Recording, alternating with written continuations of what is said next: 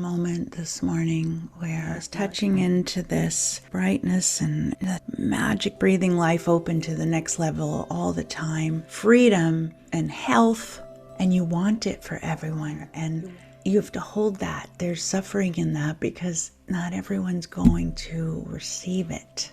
There's suffering in the attachment to that. It's almost relating back to the communication and relationship piece of, touching into a desire, expressing it. And it's not about, does someone else say yes to it? Do you get the thing? It's about, my heart is open in the direction of this thing, period. That's it. And then we don't attach to outcome. Just like when we're treating ourselves or patients, we're with what's present and true in the moment. Sometimes it's heartbreaking. For information on our trainings, which are open to everyone and offer continuing education credits to providers of all kinds, message us here or visit our courses page on the web at flowismedicine.com. And be sure to follow us on social media.